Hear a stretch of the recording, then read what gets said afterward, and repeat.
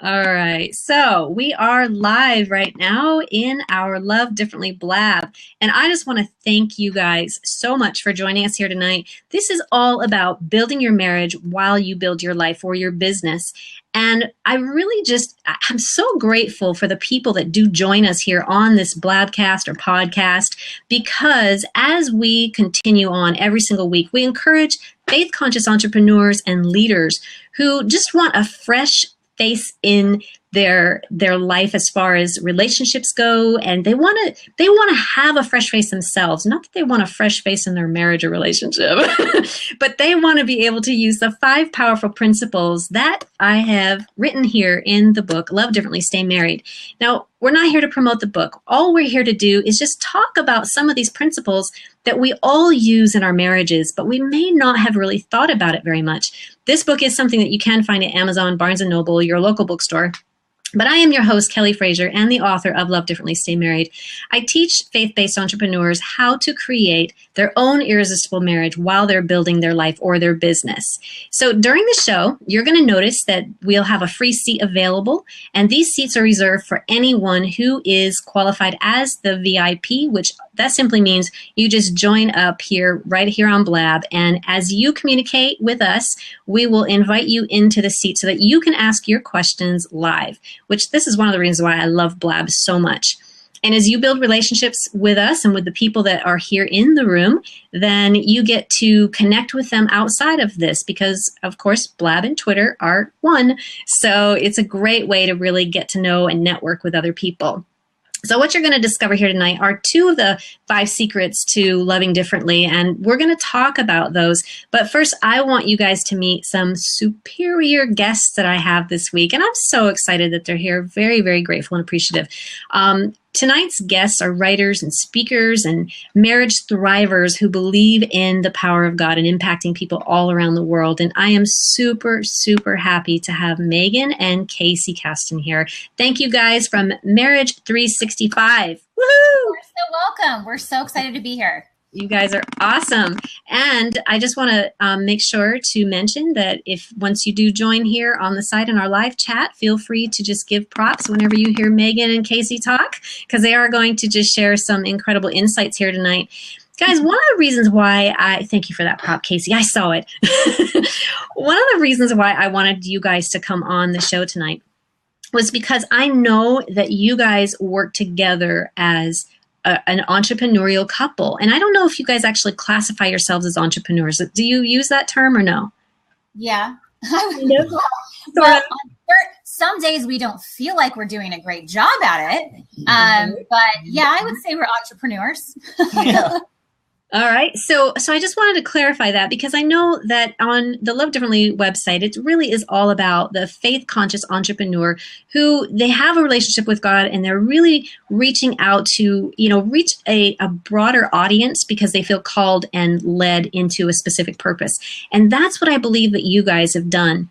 And by the way, my daughter would probably be very unhappy if she knew that I was saying this, but I don't think she's one of those 8 people watching.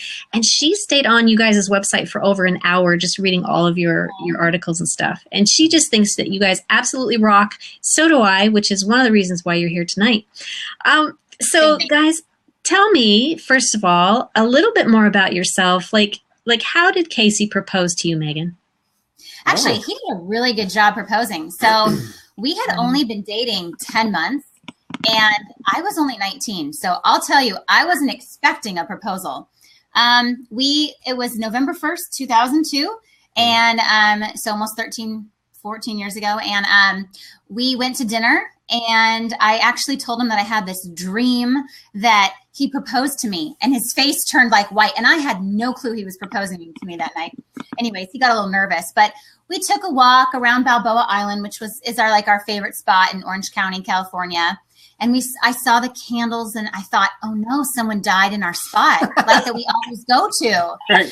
I thought it was like a memorial for somebody. And he goes, well, let's check it out, So of course, when we get up there, I realize that it's for me. And I don't even remember, what you said. I just remember he was crying. I was so in shock because I had no idea. I thought we were going to be way down the road, like years. I was 19. So when I proposed, she starts laughing. me just tell you, that's not the response any guy's looking for is, No. hey, will you marry me? Like, it's like, He's like, so is that a yes? So of course I said yes, but this is the best part of the story. So I'm so excited. And he goes, hey, I let's go, you know, at that time, his parents lived close to us. And he goes, I want to share this with my parents. And okay, let's go. Let's show him the ring. So I call him on the way there. Hey, guys, we're on our way over. Yes, she said yes. And I told Meygan, I said, they just want to congratulate you, and we'll move on with our night. What she had no idea was I had talked to all her friends, all her parents, her family, and I invited them to a surprise engagement party at our house. Oh, my goodness. I opened that door, and there was 150 of my closest friends and family, even a girlfriend of mine that flew in for it. So it was an amazing engagement party. I was so shocked. It was such a great night. Yeah, high five is right. I'd give you a high five too, Casey. I'll tell you what, anyone who's listening to this is phenomenal. Oh, there's Lacey. I see her. She's giving you props too. Yeah, Lacey. Thanks, Lacey. So I think that anybody listening to that really, that's just kind of mind blowing, Casey. I mean, you obviously put a lot of thought, a lot of preparation into the proposal, and a lot of guys do that. And I think that really, I mean, that starts the marriage. It really does. It lays the foundation for the marriage because it really says that he cares about your emotional well-being and happiness and goes the extra mile for doing something so beautiful and so awesome. Good job. Sorry, we like to talk, so get ready. Sure. We're going to fight for it. No, I think too, though, it shows his confidence in us. One thing that he always has is he's very confident in who we are as a couple. Because a lot of people said, well, what if she said no? I mean, you had all these people at your house. But I mean, we had talked about getting married, of course, but being 19, I really just didn't think that was the time. So I'm glad. Versus a good friend of mine who wrapped the engagement ring in tinfoil and stuck it in a salad at an Olive Garden. Oh my goodness. Hey, you know what? I think I was doing pretty well. Well, how did that engagement go? Did that work? We're still married. Yeah. So, you know. I will say, you know, it was so easy to date Meygan. It was so easy during the engagement. And boy, was I in for quite a surprise pretty much from the first night we got married. Yeah. It was kind of I mean, literally thought like, this is amazing. I want to do life with you forever. You put up with everything that is about me and you complain nothing. And we got married and it was like kind of a now what experience of just trying to figure out each other out and how do we live together? How do we do this thing together? And so, I mean, short story is by year 4, we were contemplating divorce, not just because we didn't like each other. We hated each other. And we really suffered at the very bottom dredges of the emotion of feeling so lost and desperate. Well, and it was not a good feeling. I would say we loved differently. Yes. Okay, so let's just pause it for 1 second because this is so key. Okay, so my husband and I, we had 11 divorces between us before we even reached our, I think, 25 or 26. I mean, when I say between us, I mean our family members. Yeah. Our family members, right? So parents were both divorced and separated and had, you know, other families. I mean, so the trajectory was already in place there for us, right? So did any of that impact you guys in any way?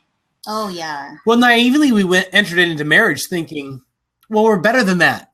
You know, we're 20, 21, 22, you know, thinking like we're so better than that. We're going to be okay. And it's not going to impact us. And it's amazing how kind of the family environment that we come out of really does start to impact the decisions that we make. The past is not the past and it doesn't stay in the past. It does affect your marriage. It does affect your future, especially if you don't deal with it. And like you, Kelly, I mean, our parents too, there's 11 marriages between our parents. So the baggage that we brought into our marriage was really bad, you know? So, you know, I think so that's the surface. I think looking back, I think it's, I'm sorry. I think we were told early on in our relationship, like, you guys have got it. You don't worry about those things. You'll figure it out. Love will carry you through. But what happens when you don't feel like loving the person? Because dating and engagement was all this great, amazing feelings. Easy, it's fun. It's exciting. Right. Exactly. Yes. So we know love is a choice.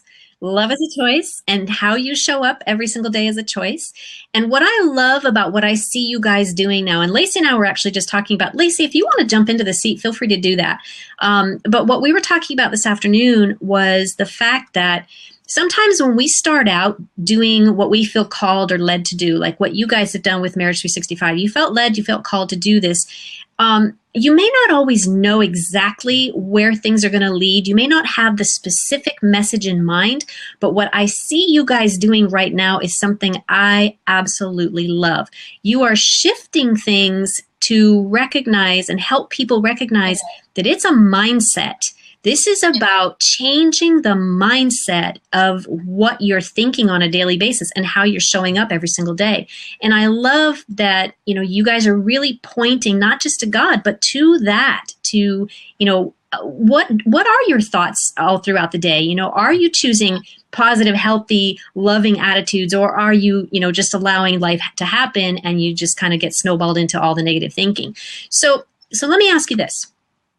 Out of the 5 different principles, and I'm just going to share it with you what they are: loving God, taking personal responsibility, celebrating the victories, being unified, and showing gentleness. Out of those 5, I want each one of you to pick one. I'll say them again, Casey. I want each one of you to pick one because I want you. Okay.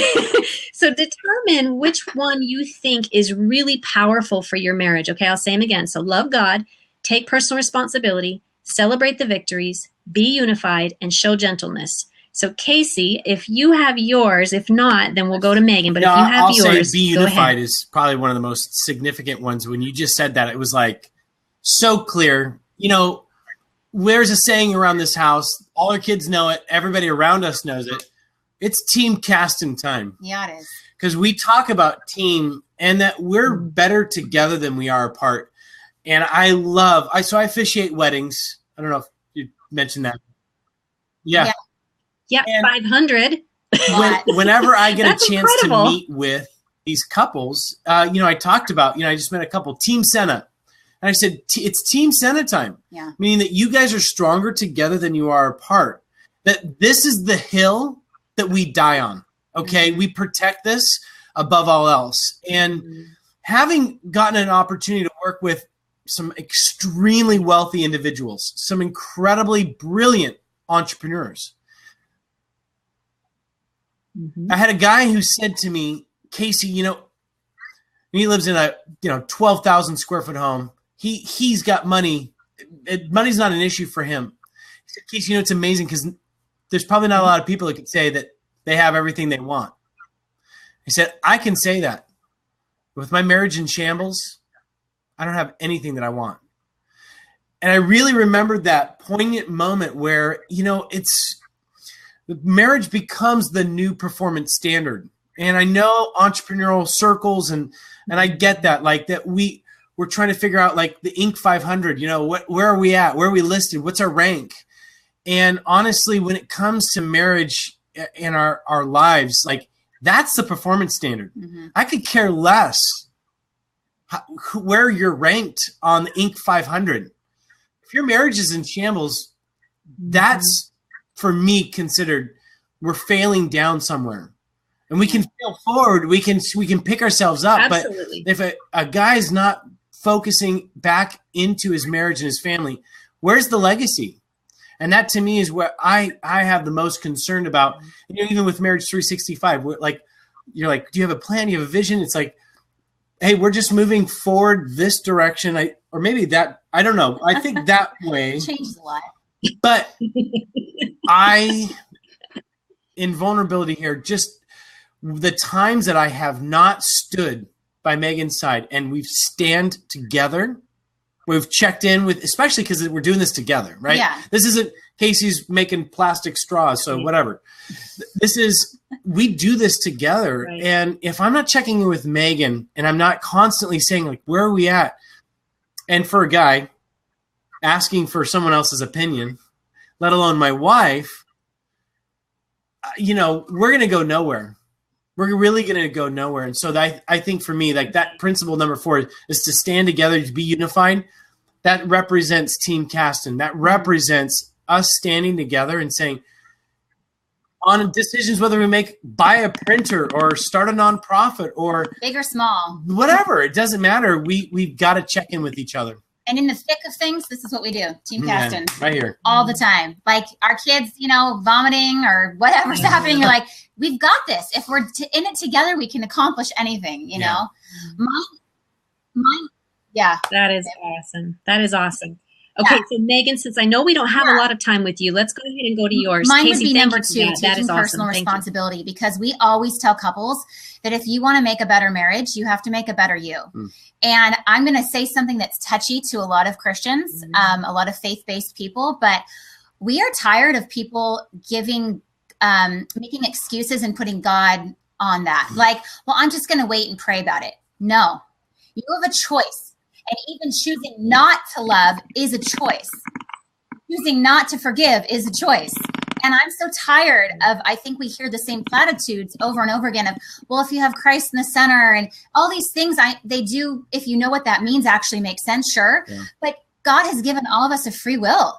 And we get to make all these choices. And scripture is a guideline, yes. But I do believe that we have to really narrow down to go, the greatest commandment was love God. And what's the second? Is to love others as yourself. I mean, he didn't complicate things for us. It's actually really, really simple. And we can't point fingers in a marriage. You've got to work on yourself. I can always be a better wife, and he can always be a better husband. Maybe. Amen. That is exactly right. So that's one of the reasons why I created Love Differently was because I knew that my husband and I have been married for over 33 years now. And props to that. and I've recognized over the years that, as we were saying earlier, it's not about waiting on God. It is about me showing up and how I show up and taking personal responsibility to unite with my husband. And as you guys were raised, same with us. We were not raised in a united home. We were raised in a constantly divided home. So part of the reason why those principles were so powerfully important was because we didn't have them in our marriage. And I knew that this was something that God had called us to do. When he created Adam and Eve, he created them to unite. So every principle is based on unity. Think about this. Whenever you have any kind of what's the word I'm looking for? A message of any kind. So whether it's a state message or a local message or a country if we're not united, what are we? We're divided, right? As soon as we divide, everything starts to fall apart. So I love the fact that you guys are teaching your children right now to high five whenever you unite as a team, because I think it's one of the most important things.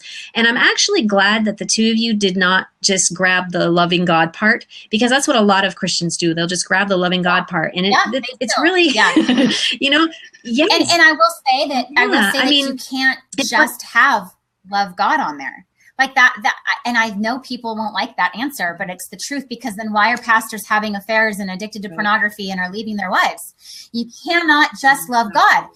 Now, you have to have the love for others. Yeah. And how we show God's love is through loving others. Now, that's where God comes in when you feel like you have no more patience left for your spouse. That's when God comes in. That's when you're like, okay, I made the choice I'm going to love, but Lord, man, this is really hard today. And that's when he gets to come in and give you that extra strength that you need, So it is interesting because as we've talked about, so everything that we do, we hashtag this concept, I choose love, right? And Jesus never walked around, in the New Testament portion here, he said, so tell me, how do you feel? I just want to know how he actually gave us the choices to make. Mm-hmm. And as I've encountered some interesting makeups of marriage, I've met a lot of guys that said, I'm just going to pray for a perfect marriage.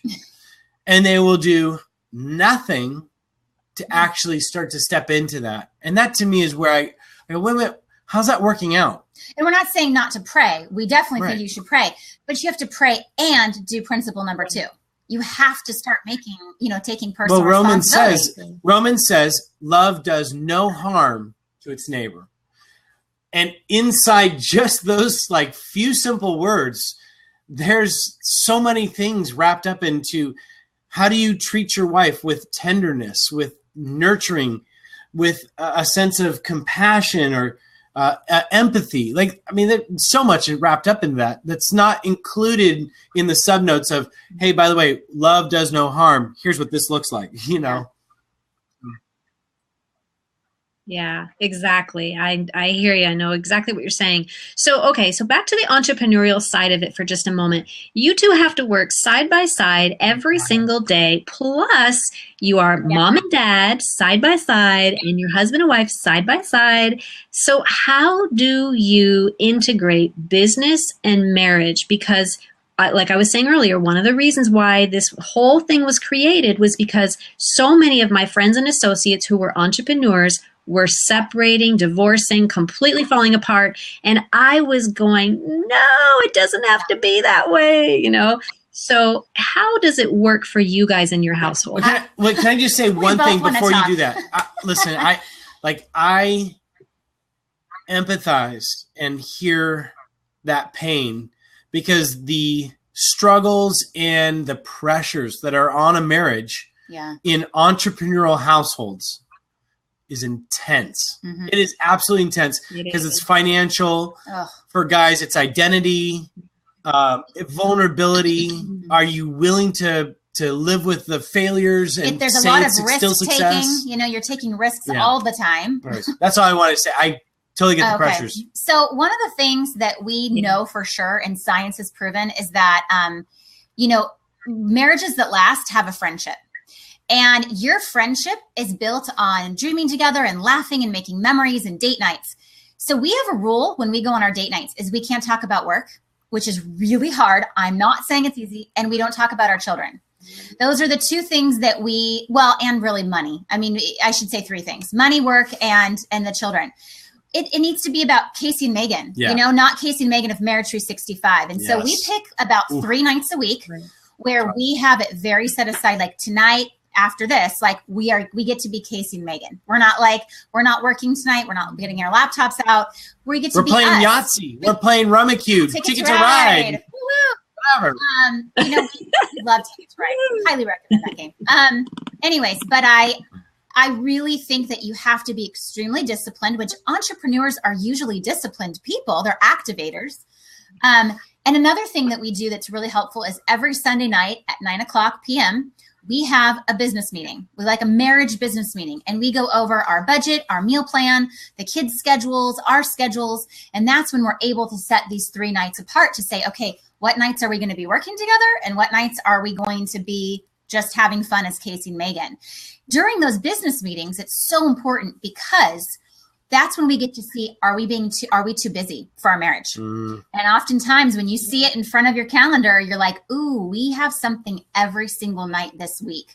This isn't good for Casey and Meygan.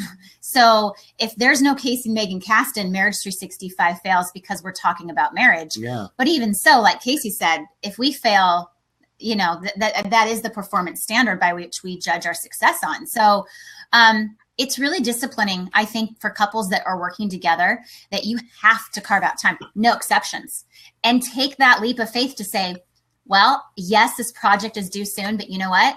God's going to provide because we're putting our marriage first. Ooh, and it's hard. It's really hard. Yeah. So.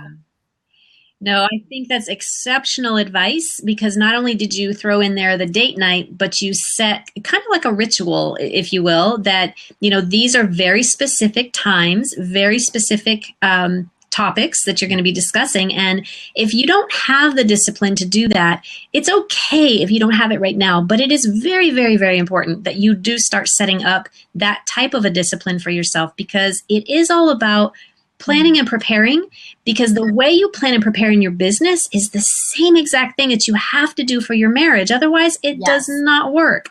And especially on entrepreneurial couples the way you guys are. Now, I'm the entrepreneur. My husband is not. So, you know, we have different schedules all the time. So it's a little easier, I think. But when you have 2 people that are doing the same job, or even two different, I know a lot of couples that have two completely different businesses, which I do not know how they do it. But I think just exactly what you were saying, that they have to have that time for just the two of them. Marriage will become all about your business. And then if your business fails, or in 15 years, what are you going to talk about? I mean, honestly, and that's the same thing, right? With people, empty nesters. It's the second highest divorce rate. Why is that? Because they've spent 15, 20 years talking about their children, and their kids are gone and they have nothing to talk about anymore. So exactly. Same idea. Exactly. So I just want you guys to know something real quick. I told you that I had a web page that has viewers on it, and we have a ton of viewers on that webpage. So this is a really good thing, because I know that the numbers up here don't really see that. So I just wanted you guys to know that. So Casey and Meygan, Meygan, you probably have to go in a couple of minutes, right? Talking. He's good. Okay. Okay. We do. So I know we do as a team, but I did have a PTA priority, and I'm a woman of my word. So I committed to that before this. So I apologize. Exactly. No apologies necessary, because I actually changed the night on you guys, so it's quite okay. You did. And just, she did. Tonight, okay? That's right. I did. It's free for you, Kelly. I'm so sorry. Yeah, we were hoping just I get it. Which would be helpful. So Casey, Meygan, just go ahead and feel free to just slip out when you need to. But one of the things that I think is really important to answer this question, because I have a lot of people who ask me this regarding entrepreneurs who have children specifically. The question is, do you not put your children first? Isn't that what we're supposed to do? So I'm going to let you guys answer that. Do we put our children first in terms of like a 1, 2, 3 priority? Yes, like in terms of over your marriage and over your business. Do you not put your children first? That's the question I have gotten so many times. Let me say something, because then you can talk after I leave. We have a rule in our marriage. It's God, us, Casey and Meygan, our kids, then our work. It's really hard to do. Nice. But let me tell you, the greatest gift you can give your children is a healthy marriage. Stole my line. We'll talk about it, Casey. No worries. Our kids, for instance, right now, we share with them. We're very open and honest with them. Hey, we're helping people have really healthy marriages. We're teaching people how to apologize. I mean, they're young, so we have to kind of keep it in their, terminology. But we didn't have that growing up, and we really missed out on that. And so our children know that we have to work, but that mommy and daddy love each other, and our children have they feel so safe and secure. And we have no problems with attachment or anything like that. And we are gone a lot with just, we have a lot of date nights and we speak at retreats. And so we leave for, like, we're doing a marriage intensive in Boston next week. We're going to be gone for a week from them. Now when we'll block out that family time when we come back and before, to make sure that we have that time. But I will say that we have really made sure that we spend quality time with our children, not necessarily quantity, because I have been a stay-at-home mom for many years. And I've learned that sometimes I'm a quantity mom. Like, I feel like I'm a good mom just because I'm with them, but I'm like on my phone or I'm doing housework. And I've learned that it's actually better when you're with them to have their full attention and your full attention. So make puzzles. Yeah. Color. Yeah. Which goes back to taking personal responsibility, right? I mean, you have to take personal responsibility even when it comes to your children, so that you can stay present while they're around. Really, really healthy to find good babysitters, or ask your parents or aunts and uncles to babysit. We have a lot of family and friends nearby, and it's okay to ask for help, because you are growing a business. And I think it's good to say to your kids, hey, mommy and daddy are working. Explain to them, love, and allow yourself to trust other people to love your children. Because in a perfect world, sure, I'd be with my kids all the time, but then that's not actually a perfect world, right? I mean, that's not real life. I would be setting them up for failure. And so I want our children too to learn how to adapt to other environments and other people, because that's how real life works. So, but it's having good conversations with your children about it. It's not just leaving them hanging dry, and telling them about why mommy and daddy need a date night. This is important. This is too important for us not to go on to right now, So, yeah. Okay, so absolutely. I'm gonna head Thank out. you so much for that answer. I love you. Okay. Thanks, Kelly. Aww. Thanks, everybody. Thank you. Thank you so much. I know, Casey, you feel lost now, don't you? Because I look at Meygan, she'll give me that look, and that's the cue for, this is speech number 2. You know how to do it, right? That's right. In fact, whenever Meygan and I do speak publicly, we always do it together, because even though I'd probably be, as the man, more capable to do it, I honestly I get a gas out of the fact that we get to do this together, and that's the most important thing for us. Yeah, I actually think, in all honesty, that, let's just say that one person has a greater strength in speaking than the other person, but if you are doing it together, then you're both going to rise. What is that saying? Rising tide lifts all boats. And I think that as I watch you guys, because I kind of creep on your videos and stuff, yeah. So so as I'm watching you guys, I'm like, you guys are such a team. You guys are really, pretty soon you guys are going to just be knocking them down and, really just doing a phenomenal job. We'll come back to Blab always for you, Kelly. Yes, thank you. Okay, so a quick question for you, Casey, unless you wanted to elaborate on what Meygan was saying, because you didn't really get an opportunity to, but she did great. That was perfect. Okay. So for the people who really want to know more about Marriage 365, what can you tell them, and how can they find out more information? So Marriage 365 was born out of a heart of passion for really recognizing that practical tips and tools and resources for marriage were hard to come by outside the walls of the church. And it was a date night that I had with Meygan one night, and I just had this crazy idea. I said, well, okay, so a lot of people that are not navigating through a place of worship or church, where are they going to get any sort of help for their marriage? And so we went to Barnes & Noble, because they're obviously not going to walk through our church bookstore, which, by the way, had a whole aisle full of dating, relationships, and marriage books. 2 stories of books, a building, 2 stories full of books. And we happened to be by the bathroom, sadly, 2 shelves of marriage books. And most of them were some pop psychology. There's some good stuff in there. And then there was a lot of bad stuff. And there was one book that's like, Why I'll Never Marry. Oh, my favorite. It was a book that was probably this thick, and it was titled What Women Want Men to Know. Oh, was it empty? Did you open it? Or no, I think that's actually what men know about women. That's font. The empty one. Some woman went on some rant of hey, this is what I want men to win. So what we realized, all that to say, was that we recognized that there was a huge void for couples to find great tools and tips. And Meygan and I are marriage coaches. We're definitely not therapists or psychotherapists, maybe psychos, but I don't know. But we really do kind of pull from the pain of our past, our own failures. We've got quite a catalog to pull from on that, and really help couples to say, hey, this is what works, practically speaking.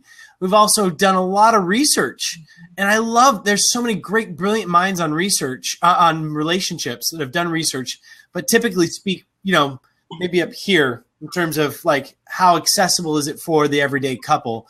So Meygan and I do kind of just, when we speak, it's this healthy banter back and forth, just like any marriage is, on this is what works. And sometimes she'll be like, well, babe, when it works like this, I'm like, oh yeah, we just go back and forth on it. So it's a lot of fun. Right. Okay. So let me ask you this then. Do you think that the person that you guys actually serve the best would be couples that have been married for a while, or maybe they're newly married and they start to question, did I do the right thing? Or are you people there that really help the couple that's falling apart, or are you there to help the couple that just really wants to work on having a healthier, stronger marriage? Well, I think we I know in entrepreneurial circles, there's niches, there's riches in the niches, right? I've tried to figure out what's our niche, what is, but we've seemed to become a generalist in that we have couples that are dating, engaged, married 50 years. We have couples that are joining us on our monthly webinars called Naked Conversations. that are doing well. They want to learn. And we have couples that are joining us on these webinars that are just, we have no idea what to do next. And they'll join us during the webinar. So unfortunately, I mean, to your question, we really do have a broad spectrum of, we have Christian couples, Muslims, Mormons, we have gay and lesbian couples following us. We have couples that are divorced. You know, I mean, it really has, and once you get to a certain level, I guess, of social media following, whatever that means, I always tell people, like, they said, you know, we're reaching 100,000 people on Instagram, and they're like, wow, that's impressive. I said, yeah, it's just like Monopoly money. It doesn't really do much, but you know, with that kind of following, there's a lot of different people that tune in. Right. So what I see, and again, this is what Lacey and I were talking about earlier, what I see with you and Meygan is that you guys are going to kind of zero in on those couples that are really following you so closely, and they just want more information from you. And as that continues to cycle into your work together, you're going to start to see a pattern, I think, over time, and be able to answer the questions from that specific group. And it may be, you know, the group between, you know, they've been married for 5 years and 10 years, or they're, you know, older married couple, like from 29 to 35 or whatever. But not that is as important as the work that you guys are doing right now as generalists, which is encouraging. That's what we see more than anything. You guys are so encouraging to married couples. And tell me one couple that doesn't need encouragement. Yeah, well, we live in a culture, Kelly, that my generation, we've lost all hope that marriage is some sort of even something that's worthwhile chasing after. You know, the divorce rates are on a downturn. That's also because marriage is also on the downturn. Few couples are actually getting married. More are choosing cohabitating together. And so we deal with, and you know, funny enough, we don't deal with that on a very public social media level, but when they come and they do Skype coaching or something else that Meygan and I do, marriage intensives, these are 2 days with couples that are pretty much ready to throw their towel in. You know, we start to hear these thoughts of these couples that are saying, like, I you know, my parents had the same story as you, Casey. How am I supposed to turn the tide of not following the same legacy? And we try to encourage, like, that means nothing. You still can have a successful marriage even if you've watched your parents fail time and time again. I think that's the power behind Meygan and I, is leading with vulnerability and just sharing our story. We're nothing special, trust me. And I don't get it right all the time. But by just being able to say, hey, this is kind of the crap we went through, and if we can make it, you can too. Here's the tools. Then from that point on, Kelly, it's up for couples to take the tools and live with that. And we always say, you know, we don't save marriages. We just give the tools, and it's really up to personal responsibility for couples to take those tools and actually work with them. I mean, seriously, it is, you know, and seriously, Casey, one of the things about this book that I love so much is the fact, well, besides the fact that it comes with 21 training videos, which is awesome because it helps people solidify the 5 secrets in here. Secrets, the principles, you know, that's all it really is. But it's just, it's a powerful thing because I went from trying to help the couple as a couple and started helping the individual in the marriage. So helping the husband and helping the wife, you learn to love God, love yourself, and love other people. And in that order, because you cannot love your spouse if you don't love who you are. Now, I know Meygan was really talking about that early on, that it's important for us to love other people. But if we're not feeling love toward our spouse, we're probably not loving ourselves very much either. Chances are we're a mirror to each other.